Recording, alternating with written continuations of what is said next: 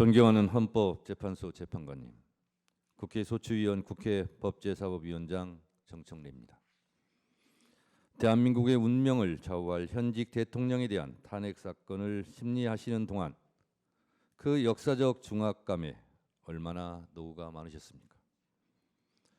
민주주의와 헌법 수호에 대한 열정으로 일관해 오신 재판관님들의 노고와 헌신에 국민의 한 사람으로서 경의를 표합니다. 대한민국 민주주의와 국가 발전을 위하여 피청구인 윤석열은 파면되어야 합니다. 12.3 내란의 밤, 전 국민이 TV 생중계를 통해 국회를 침탈한 무장한 계엄군들의 폭력 행위를 지켜보았습니다. 하늘도 알고 땅도 압니다.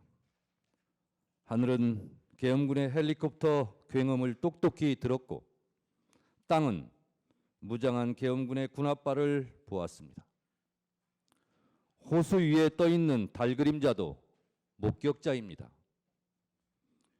전 국민이 목격자고 전 세계 외신들도 한국의 비상계엄 친위 쿠데타를 실시간으로 타전했습니다. 내란 우두머리 피의자 윤석열을 파면해야 될 필요하고도 충분한 조건은 이미 성숙되었습니다. 대한민국 5천만 국민이 생각이 다 같을 수 없습니다. 남녀가 다르고 태어난 일시가 다르고 태어난 지역과 환경과 문화도 다릅니다. 그래서 생각도 다르고 의견도 주장도 다릅니다. 그러나 다른 것과 틀린 것은 구별되어야 합니다. 내 생각과 다르다고 다른 사람이 틀린 것이 아닙니다. 내 생각과 다르다고 차별해서는 안 됩니다. 정치적 견해가 다르다고 혐오, 멸칭하고 탄압해서도 안 됩니다. 더군다나 권력을 악용해 상대방을 탄압, 제거, 수거 대상으로 삼아서는 안 됩니다. 한 사람이 천하고 우주라 했습니다. 밤하늘에 떠있는 별처럼 국민 한 사람 한 사람은 다 존중받아야 합니다. 이것이 헌법 제10조 모든 국민은 인간으로서의 존엄과 가치를 가지며 행복을 추구할 권리를 가진다. 국가는 개인이 가지는 불가침의 기본적 인권을 확인하고 이를 보장할 의무를 진다는 헌법의 기본권 조항들을 관통하는 근본 원칙입니다. 대한민국은 국민 주권 영토로 구성되어 있습니다. 국민이 곧 국가입니다. 국민은 국가를 사랑하고 국가는 국민의 생명과 재산, 안전을 보장해야 합니다. 국민은 국가를 사랑하기에 애국가를 부르고 국기에 대한 맹세를 합니다. 대한민국 국민들은 생각이 달라도 애국가와 태극기를 사랑합니다. 국가를 위하여 개인을 희생하면서 헌신 봉사하는 애국심은 대한민국 국민이 1등입니다. 대한민국 국민은 나라를 사랑합니다. 임진왜란, 일제강점기, 한국전쟁, 군부 독재로부터 나라를 지킨 것도 국민이고 나라를 발전시킨 것도 국민입니다. 허리띠 졸라매며 자식들 교육시켜 오늘날의 민주화와 산업화를 이룬 주인공은 우리의 할아버지, 할머니, 어머니, 아버지 국민들이었습니다. 영화 기생충, 오징어 게임, BTS의 나라, 문화 강국, 올림픽 금메달의 스포츠 강국 대한민국을 이룬 것은 자랑스러운 우리의 아들, 딸 국민들이었습니다. 나라를 지킨 것도 국민이고 나라를 발전시킨 것도 국민입니다. 나라의 주인도 국민입니다. 대한민국 국민은 헌법을 사랑합니다. 헌법은 생각과 주장, 의견이 다를 때 대한민국은 이 방향으로 가자고 결정해 놓은 대국민 합의 문서입니다. 국민 전체의 약속이자 국민이 지켜야 할 국가 이정표입니다. 헌법은 나침반입니다. 헌법은 국민이고 애국가이고 태극기입니다. 대한민국 국민 누구도 헌법 위에 군림할 수 없습니다. 대한민국의 주권은 국민에게 있고 모든 권력은 국민으로부터 나온다는 것. 이것이 헌법 제1조 민주공화국의 헌법 정신입니다. 그런데 나라와 헌법을 사랑하는 국민을 총칼로 죽이려 했고 피로써 지켜온 민주주의를 짓밟고 피를 잉크 삼아 한자 한자 찍어 쓴 헌법을 파괴하려 했던 사람이 있습니다. 피로 쓴 민주주의 역사를 혀로 지우려 했습니다. 총칼로 헌법과 민주주의 심장인 국회를 유린하려 했습니다. 지금 이 탄핵 심판정에 있는 피청구인 윤석열입니다. 헌법수호 최후의 보루 헌재 재판관님, 프랑스 공화국은 관용으로 건설되지 않았습니다. 민족 반역자에게는 공소시효가 없다며 나치 부역자를 끝까지 추적해 무관용으로 처벌하였기에 역설적이게도 프랑스는 관용의 나라, 똘레랑스의 나라가 될 수 있었습니다. 오늘날 문화예술의 강국 프랑스는 이렇게 건설되었습니다. 이에 반해 우리는 1945년 8.15 광복 이후 반민특위의 좌절로 친일 부역자를 처벌하지 못했고 그 결과 정의와 불의, 애국과 매국, 민주주의와 독재가 혼재되어 민주주의에 대한 도발과 준동이 끊이지 않았습니다. 이제 타락하고 오염된 반민주적, 반헌법적 요설과 궤변의 고리를 끊어야 합니다. 갈 길이 아무리 멀다 해도 민족 정기를 바로잡아야 합니다. 평화와 문화가 꽃피는 문화예술의 강국은 민주주의 토양에서 자라는 나무입니다. 민주주의 기초는 국가 발전의 토대입니다. 민주주의 발전 과정이 국가 발전의 과정입니다. 민주주의 정착 없이 국가 발전을 이룬 나라는 없습니다.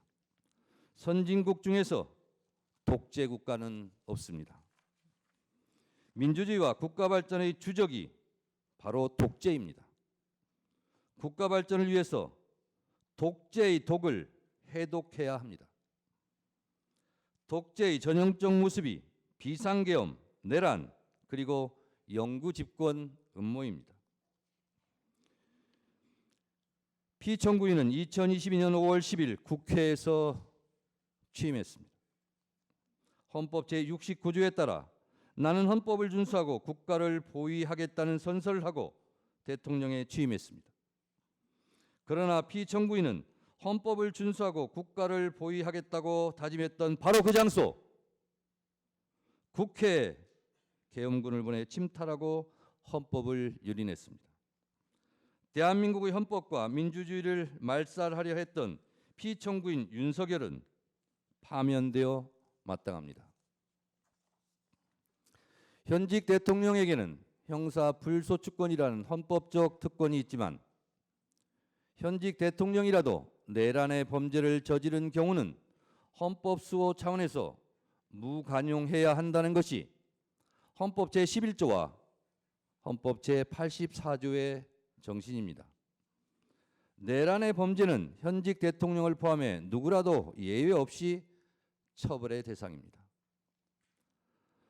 앞서 국회 법률 대리인들께서 위헌 위법한 12.3 비상계엄과 파면 사유에 대하여 그 증거와 법리를 이미 수차례 명징하게 설명했습니다. 저는 국민의 입장에서 국민의 목소리를 담아 피청구인을 파면해야 할 이유에 대하여 다시 한번 말씀드리겠습니다. 첫째, 피청구인 윤석열은 헌법 제77조에서 규정한 계엄의 조건을 위반했습니다. 헌법 제77조 1항에 대통령은 전시, 사변 또는 이에 준하는 국가 비상사태에 있어서 병력으로서 군사상의 필요에 응하거나 공공의 안녕 질서를 유지할 필요가 있을 때에는 법률이 정하는 바에 의하여 계엄을 선포할 수 있다고 되어 있습니다. 12월 3일의 대한민국은 전시, 사변 또는 이에 준하는 국가 비상사태도 아니었고 병력으로서 군사상의 필요에 응하거나 공공의 안녕 질서를 유지할 필요가 없었습니다. 평온한 하루였습니다. 병력으로서 공공의 안녕 질서를 해친 장본인이 피청구인입니다. 계엄의 선포는 논란의 여지 없는 명백한 위헌 행위입니다. 둘째, 피청구인 윤석열은 계엄 선포의 절차적 정당성을 위반했습니다. 헌법 제82조는 대통령의 국법상 행위는 문서로서 하며 이 문서에는 국무총리와 관계 국무위원이 부서한다. 군사에 관한 것도 또한 같다고 되어 있습니다. 계엄법 제2조 5항은 대통령이 계엄을 선포하거나 변경하고자 할 때에는 국무회의의 심의를 거쳐야 한다. 제6항 국방부 장관 또는 행정안전부 장관은 국무총리를 거쳐 대통령에게 계엄의 선포를 건의할 수 있다고 되어 있지만 피청구인은 헌법 제82조와 계엄법 제2조를 모두 위반했습니다. 계엄 선포 시 정상적인 국무회의 심의 과정이 없었습니다. 국무위원들의 증언에 따르면 국무총리를 거치는 절차도 하지 않았고 개회선언, 폐회선언, 안건 토론 등 정상적인 국무회의도 부서한 회의록 문서도 부존재해 보입니다. 피청구인을 파면해야 할 뚜렷한 증거이자 이유입니다. 셋째, 피청구인 윤석열은 비상계엄을 해제할 유일한 권한이 있는 국회를 침탈했습니다. 헌법 제77조 제5항에는 국회가 제적의원 과반수의 찬성으로 계엄의 해제를 요구한 때에는 대통령은 이를 해제하여야 한다고 되어 있습니다. 비상계엄을 해제할 수 있는 유일한 곳은 유일하게 국회입니다. 이런 국회의 권한과 권능을 강압에 의하여 방해하려고 국회를 무장병력으로 통제, 봉쇄하려 했습니다.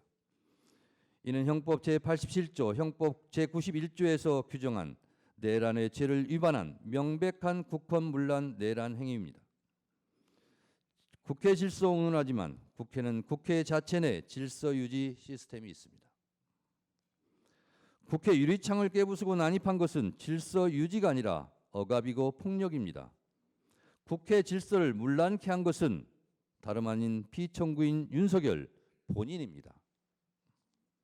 넷째, 피청구인은 위헌위법적 포고령을 발표했습니다. 계엄 포고령 1항, 국회와 지방의회, 정당의 활동과 정치적 결사, 집회, 시위 등 일체의 정치 활동을 금한다는 것은 헌법 제77조 제3항을 정면으로 위반했습니다.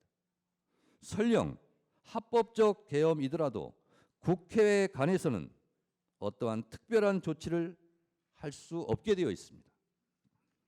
다섯째, 계엄군이 중앙선관위를 침탈한 것도 사법부의 주요한 인사를 체포, 구금하려 했던 것도 모두 헌법과 법률을 위배했습니다. 사법권 독립을 정면으로 위반했을 뿐만 아니라 헌법의 삼권 분립 정신에도 위배됩니다. 이것은 헌법 제77조 제3항, 헌법 제114조, 헌법 제105조, 헌법 제106조, 헌법기관의 독립성 정신을 위반했고 형법 제91조, 헌법기관을 강압에 의하여 전복 또는 그 권능 행사를 불가능하게 하는 것으로 규정한 국헌문란 목적 내란죄에 해당합니다.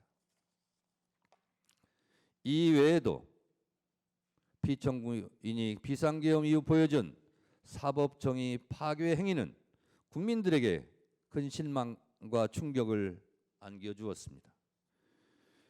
피청구인은 12.3 내란 사태 이후 법관이 발부한 체포영장을 거부하며 사법기관의 법 집행을 무법천지로 만들었습니다.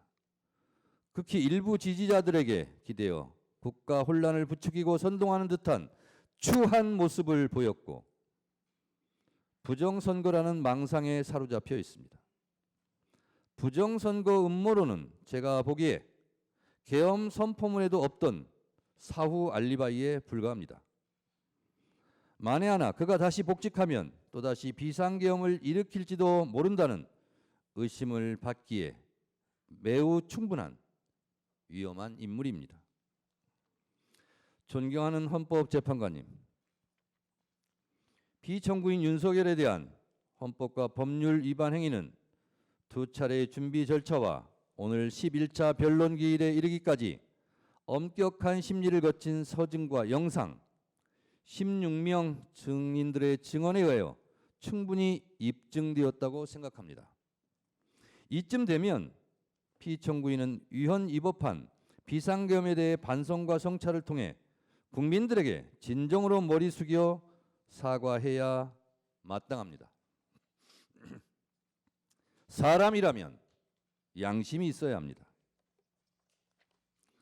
그러나 피청구인은 대국민 사과는커녕 경고성 짧은 계엄이었다느니 아무 일도 일어나지 않았다느니 변명합니다. 이로 인해 국민들은 계엄 선포의 당시의 충격, 그 이상의 충격을 받고 있습니다. 일찍 끝난 계엄이 피청구인의 공로입니까? 사상자 없이 끝난 계엄이 피청구인의 자랑입니까? 계엄의 피해를 그나마 줄일 수 있었던 것은 국회로 달려온 시민들, 계엄군을 막아선 국회 보좌진들, 장갑차를 막아선 시민들 덕분입니다. 본인도 실토했듯이 명백한 불법 명령에 소극적으로 저항했던 군인, 계엄 해제를 위해 목숨 걸고 담을 넘었던 국회의원들의 합작품입니다. 경고성 계엄이고 아무 일도 안 일어났으니 또 계엄을 하시겠습니까? 사람이라면 염치가 있어야 합니다. 대한민국은 이미 군사 독재와 비상계엄에 대한 아픈 상처를 품고 있습니다.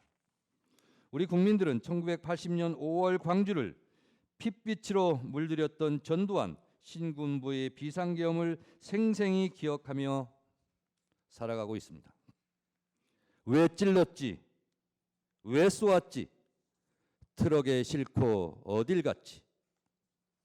망월동의 부릅뜬 눈으로 대한민국의 민주주의를 지켜보고 있습니다. 이 광주 학살의 상흔과 그 정신들이 45년 후 내란의 밤 국회를 지켜주었습니다.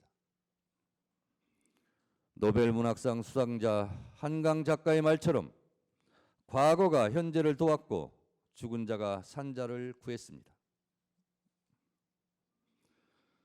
민주헌법 지킴이 헌재 재판관님,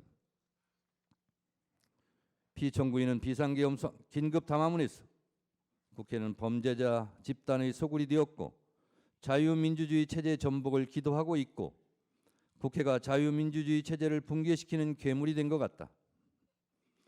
대한민국이 당장 무너져도 이상하지 않을 정도 풍전등화의 운명에 처해 있다. 우리 국민의 자유와 행복을 약탈하고 있는 파렴치한 종북 반국가 세력들을 일거에 척결하고 자유헌정 질서를 지키기 위해 비상계엄을 선포한다고 했습니다. 피청구인에게 묻고 싶습니다.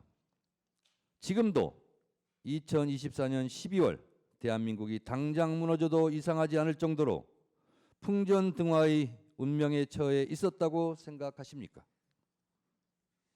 혹시 명태균 황금폰으로 인한 본인만의 위기는 아니었습니까? 국회가 범죄자의 소굴입니까? 국회가 반국가 세력입니까? 국회가 종북 반국가 단체라면 총선에서 투표한 국민들도 반국가 종북 세력이란 말입니까?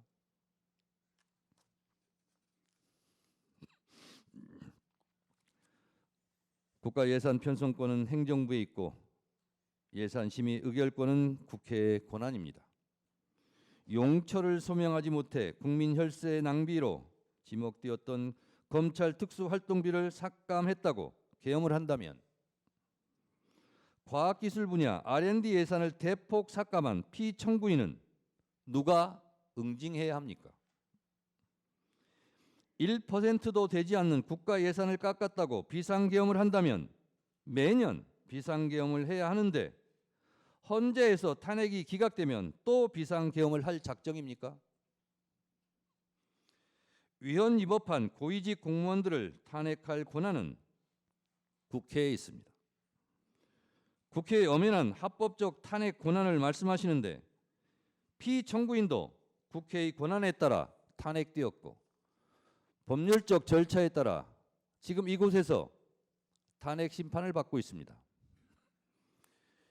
피청구인 역시 헌법과 법률에 따라 20여 차례나 거부권을 행사했지 않습니까? 김건희 특검법, 최혜병 특검법 등 본인과 아내에 대한 이해 충돌이 있는 법안도 다 거부권을 행사하지 않았습니까? 국회도 대통령도 헌법과 법률에 따라 각자 권한을 행사한 것입니다. 국가기관은 헌법과 법률이 테두리 안에서 권한을 합법적으로 행사해야 합니다. 내 마음에 들지 않는다고 헌법과 법률을 깡그리 무시하고 반헌법적 내란을 획책합니까? 내 마음에 들지 않는다고 국민과 헌법에게 주먹질을 하고 린치하면 되겠습니까? 피청구인은 여야 합의가 되지 않아 거부권을 행사한다고 했습니다.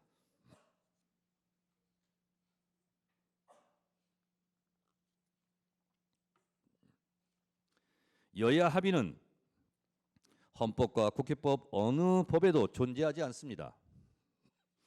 이런 생각 자체가 반헌법적입니다. 총선 때 한 표라도 한 석이라도 더 얻으려 노력하는 이유는 헌법 제49조에서 규정한 국회 의사결정은 다수결로 하라는 헌법적 명령이 있기 때문입니다. 여야 합의가 법 통과의 전제 조건이라면 이는 총선 민의를 부정하고 왜곡하는 반헌법적 반법률적 언동입니다. 대의민주주의 헌법 부정입니다. 뭐하러 총선합니까?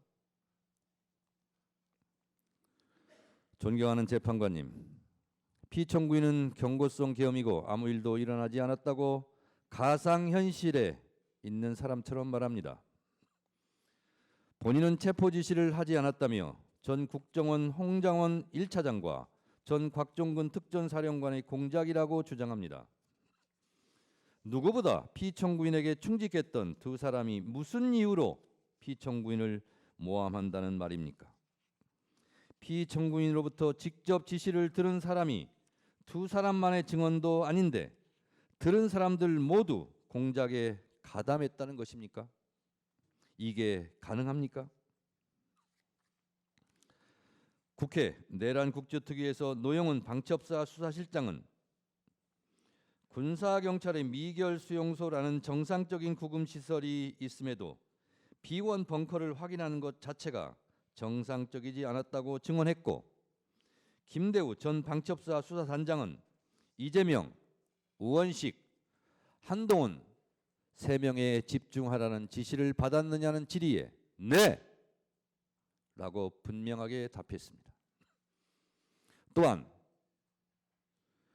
이곳 재판부에서 유일하게 직권으로 채택한 증인인 조성현 수방사 제1경비단장은 역시 내부에 들어가서 의원들을 끌어내라는 지시를 들었다고 똑똑히 증언했습니다.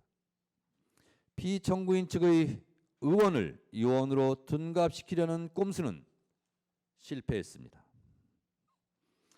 설령 야당이 종북 반국가 단체라서 그 주요 인사들을 체포해 구금하려 한 것이라면 집권 여당 한동훈 대표는 왜 체포하려 한 것입니까?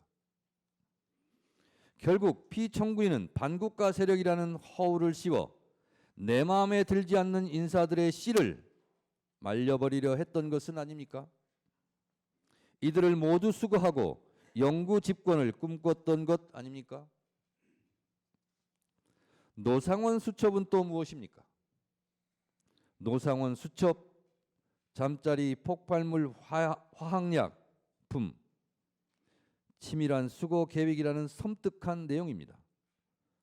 살해암 시 노상원 수첩에 문재인, 유시민 등 500명 확인 사살, 정치인, 법조인, 방송인, 스포츠인 전방위 겨냥, 포승줄로 수집소 보내, 모든 좌파 세력 붕괴. 언론 보도의 제목들입니다. 평생 축구밖에 모르는 차범근 감독은 왜 해치려 했습니까? 차범근 감독은 저는 축구를 사랑하고 축구가 아닌 다른 일이나 가치에 대해선 관심과 욕심이 없다. 내 이름이 그 수첩에 왜 적혀 있는지 황당하고 놀라울 따름이라며 저는 평화와 사랑, 행복 같은 말들이 내 삶에 채워지는 노년을 보내고 싶다고 말했습니다. 이제 몽상에 빠져있던 권력자가 무너뜨리려 한 평화로운 일상을 회복해야 합니다. 피청구인은 아무 일도 일어나지 않았다고 강변하지만 많은 일이 일어났고 계엄의 피해는 엄청납니다. 국민들은 아직도 내란성 스트레스로 잠 못 들고 서부지법 폭동 사태와 같은 끔찍한 사태를 목도했습니다. 헌법수호의 최후의 보루인 헌법재판소까지 테러 위협을 받고 있습니다. 피청구인이 저지른 내란으로 국민들은 서로 적으로 규정하고 심리적 내전 상태에 빠져 있습니다. 존경하는 헌재 재판관님, 대한민국은 수출로 먹고 사는 나라입니다. 대외 의존성이 높은 경제 구도상 국가 안정이 곧 경제고 평화가 곧 경제입니다. 민주주의 선진국 대한민국을 불안한 시선으로 보고 있는 전 세계에 우리의 민주주의 회복 능력을 보여주어야 합니다. 하루빨리 내란을 극복하고 국정을 안정시키는 것이 그 출발점입니다. 계엄에 따른 국정 혼란과 불안감으로 인한 피해가 너무도 큽니다. 1차 탄핵소추안이 부결된 직후인 12월 9일 코스피와 코스닥은 연중 최저치를 기록했습니다. 계엄 선포 한마디에 시가총액 140조 원이 사라졌습니다. 계엄 이후 환율은 급등했고 내수 경기도 꽁꽁 얼어붙었습니다. 아무 일도 일어나지 않았다는 피청구인의 말과 달리 계엄의 후폭풍은 컸습니다. 건물마다 임대문이, 안내문이 나붙고 식당 주인은 손님이 없다며 아우성치며 폐업을 고민합니다. 오늘 최후 변론서를 작성하겠다고 국민의 목소리를 댓글로 달라고 했더니 한 분이 댓글을 달아주셨습니다. 수천 명의 목소리 중에 한 목소리입니다. 저에게 보내온 한 소상공인 사장님의 읍소입니다.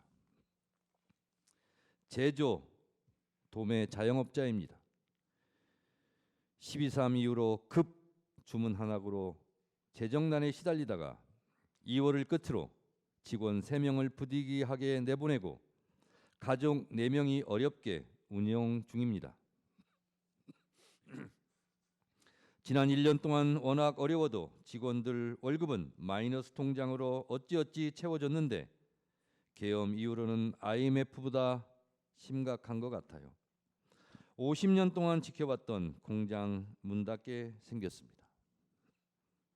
이것이 고통스러운 국민들의 목소리입니다. 국익 추구가 최종 목표인 외교적 피해가 막심합니다. 미국 정부는 비상계엄 발표가 미국 정부의 사전에 통보되지 않았다는 점에서 당혹과 우려를 표했습니다. 트럼프 행정부와의 초기 정상외교 골든타임을 놓쳤습니다. 2024년 12월로 예정되었던 일본 나카타니겐 방위 대신의 방한, 2025년 연초로 예정되었던 이시바 시게루 일본 총리의 방안이 취소되었습니다.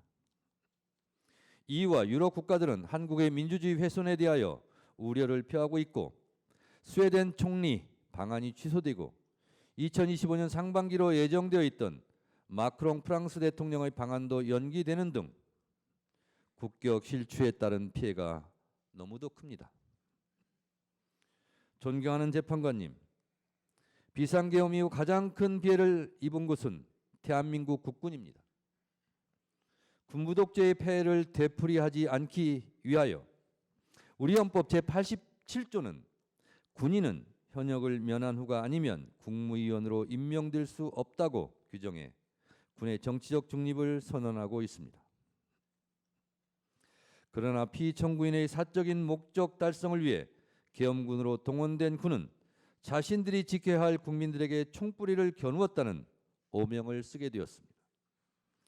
실추된 군의 명예를 되살려 이들이 다시 나라와 국민을 지킨다는 자긍심으로 복무할 수 있도록 해야 합니다. 그 출발점은 군의 존재 이유를 허물어뜨린 피청구인에게 응분의 책임을 묻는 것이 되어야 합니다.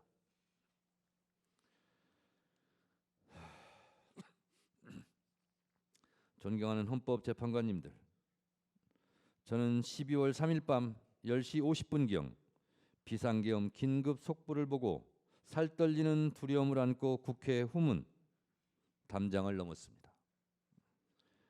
계엄군이 먼저 진을 치고 있다가 체포 연행하지는 않을지 두려웠습니다.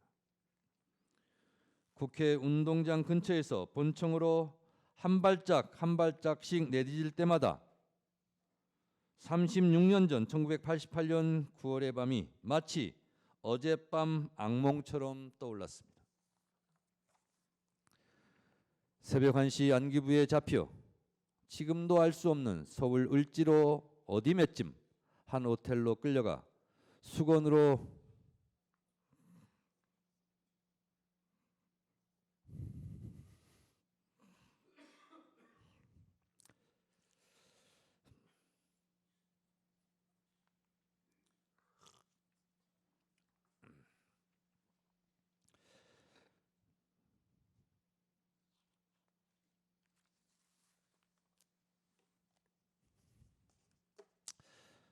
눈을 가린 채 속옷 차림으로 4시간 동안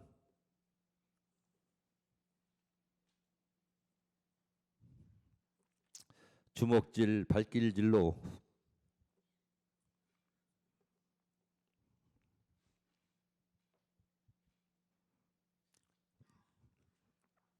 고문 폭행을 당했습니다. 살아있음이 고통이었습니다. 언론에 보도된 노상원 수첩대로 시행되었다면 수많은 사람들이 죽음을 피하지 못했을 것입니다. 존경하는 재판관님, 대한민국은 세계가 놀랄 만큼 한국 현대사 100년 동안 왕조 국가에서 민주주의 국가로, 원조를 받던 나라에서 원조를 해주는 나라로, 문화예술의 강국으로 발전해 왔습니다. 지금 이 시각에도 코리안 드림을 꿈꾸며 지구촌 곳곳 한국어 학당에서 한국어를 배우려는 사람들이 줄을 서고 있습니다. 정치, 경제, 외교적으로도 대한민국은 유수의 민주주의 선진국이 되었고 군사적으로도 세계 6위의 강대국이 되었습니다. 백범 김구 선생이 꿈꾸었던 문화가 꽃피는 나라가 되었습니다. 우리 국민들은 그동안 외국의 어떤 나라도 북한도 감히 흔들 수 없는 나라라고 자부해 왔습니다. 이런 자랑스러운 나라에서 현직 대통령에 의해서 국회가 계엄군에 의해 침탈당하고 정적을 제거하기 위해 친위 쿠데타를 일으키는 끔찍한 일이 생길 줄은 꿈에도 상상할 수 없었습니다.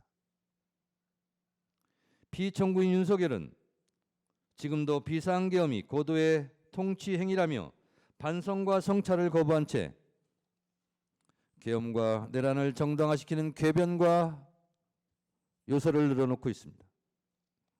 그를 파면함으로써 하루빨리 대한민국을 정상으로 돌려놓아야 합니다. 존경하는 헌법재판관님, 헌법재판소는 헌법수호의 최후의 보루이며 국민주권을 지키는 마지막 방파제입니다. 피청구인의 반헌법적 내란 행위는 민주주의 근간을 뒤흔드는 중대한 위헌적 시도였으며 국민의 자유와 권리를 본질적으로 침해하는 반헌법적 도발이었습니다. 피청구인은 군 통수권자로 부여받은 막강한 권한을 남용하여 군과 경찰을 사유하는 중대한 위헌 행위를 저질렀습니다. 아직도 부정선거 음모론의 포로가 되어 총선 결과로 구성된 국회를 부정하고 있습니다. 탄핵이 기각되면 국정을 어떻게 이끌어 가겠다는 등 허무맹랑한 변명과 시건을 잠시 후에 들을지도 할지도 모르겠습니다. 국민들은 피청구인의 적반하장, 남탓만 하는 아무 말 대잔치를 이제 믿지 않을 것입니다. 콩으로 매주를 쓴다 한들 누가 믿겠습니까? 피청구인의 말에 속지 맙시다. 무신분립이라 했습니다. 신뢰를 잃은 대통령은 국민 앞에 다시 설 수 없습니다. 민심은 바다와 같아서 배를 띄울 수도 뒤집어 엎을 수도 있습니다. 피청구인에게서 민심은 떠났습니다.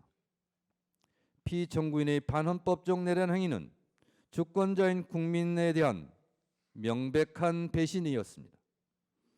피청구인의 사익과 탐욕을 위한 권력 남용과 헌정질서 파괴로 인한 국민의 신뢰가 완전히 무너졌습니다. 국민이 더 이상 이를 용납하지 않는 것은 너무도 당연한 귀결입니다. 피청구인을 파면하는 것은 대통령이라는 최고 권력자에게 헌법을 준수할 의무를 다시금 상기시키고 헌법의 적으로부터 헌법을 수호하는 일입니다. 헌법을 파괴한 행위에 대해서는 예외 없이 단호하게 대처한다는 것이 헌법의 준엄한 명령입니다. 민주주의 적은 민주주의로 물리치고 헌법의 적은 헌법으로 물리쳐야 합니다. 대통령의 탄핵은 결코 가볍게 결정되어서는 안 되지만 헌법과 법률이 정한 요건이 충족되고 헌법 질서를 지키기 위한 불가피한 선택이라면 이는 반드시 이루어져야 합니다. 지금 우리에게 필요한 것은 헌법 위에 군림하려는 무소불위의 왕이 아니라 절제 권력자도 잘못하면 벌을 받는다는 일반 상식입니다. 대통령에 대한 파면 결정은 사적 감정의 정치 보복이나 정치적 공격이 아니라 오직 헌법과 법치주의를 회복하기 위한 헌법 수호자의 결단입니다. 피청구인 윤석열에 대한 파면 결정은 대한민국 민주주의 놀라운 회복력을 보여주는 동시에 대한민국 헌법이 살아있고 현실에서 작동하는 실질 규범이라는 점을 보여주는 역사의 기록이 될 것입니다. 존경하는 헌법재판관님, 피청구인은 이제 대한민국의 대통령직을 유지할 자격이 없습니다. 국민들 마음속의 대통령이 아닙니다. 우리 국민은 헌법의 적은 헌법으로 막았습니다. 민주주의 적도 민주주의로 지켜냈습니다. 대통령 윤석열을 파면함으로써 헌법 수호의 의지를 보여주시기 바랍니다. 피청구인에 대한 파면으로 얻을 국가적 이익이 압도적으로 큽니다. 필연은 우연의 옷을 입고 나타난다고 했습니다. 비상계엄이 몽상가의 우연한 돌출 행동이었다면 내란 극복은 국민들이 이뤄낸 필연입니다. 그 필연이 대한민국 민주주의 저력입니다. 내란 극복은 나라를 사랑하는 국민들의 민주주의에 대한 필연적 본능과 자구책, 한 땀 한 땀 노력의 결과였습니다. 이제 내란을 극복하고 국정을 안정시켜 미래로 나가야 합니다.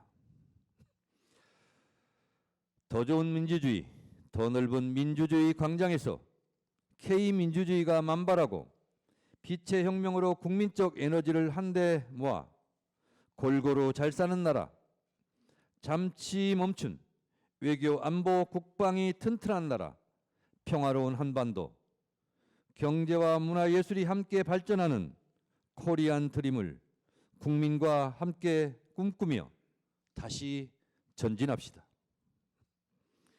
피청구인의 비이성적 반역사적 비상계엄은 일어나지 말았어야 할 비현실적 망동이었지만 하느님이 보호하사 우리나라 만세입니다. 헌법과 나라를 사랑하는 국민들이 애국가를 자랑스럽게 부를 수 있도록 민주주의와 헌법 수호를 위하여 피청구인 윤석열을 하루라도 빨리 신속하게 만장일치로 파면해 주시기 바랍니다. 동해물과 백두산이 마르고 닳도록 하나님이 보호하사 우리나라 만세. 무궁화 삼천리 화려강산 대한사람 대안으로 길이 보전하세. 최후 변론의 끝을 영상으로 마무리하겠습니다. 경청해 주셔서 감사합니다.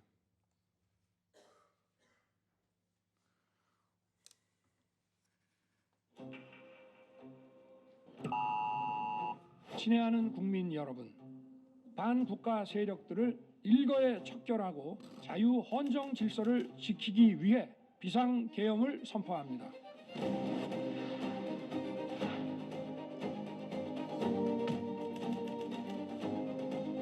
민주주의 국가야! 국회로 왜 못 들어가게? 계엄이 아무리 선포돼도 국회는 열려야지.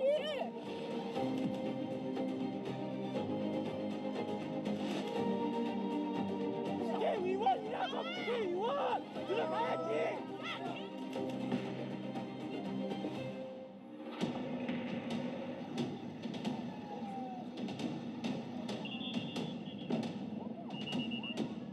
이거는 수많은 반역자, 모두 역사의 반역자가 되는 거라고.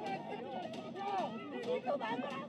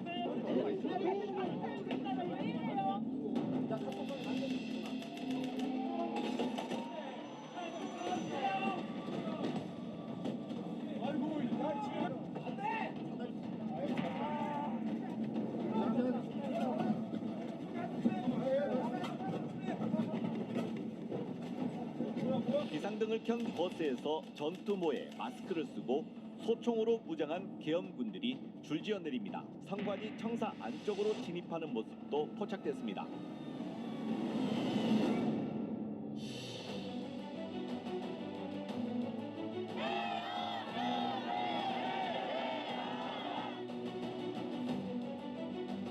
재석 190인 중 찬성 190인으로서 비상계엄 해제 요구 결의안은 가결되었음을 선포합니다.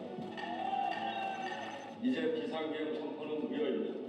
따라서 군경은 즉시 국회 경내를 나가 자신의 자리로 돌아가기 바랍니다.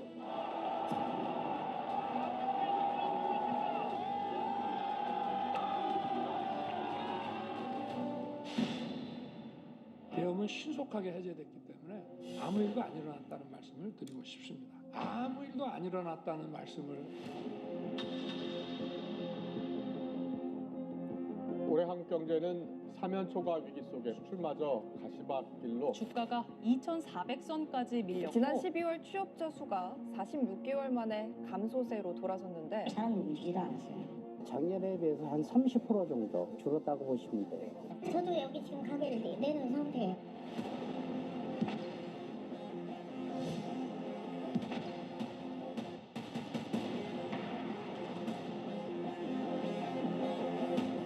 대통령께서 비화폰으로 제게 직접 전화를 하셨습니다.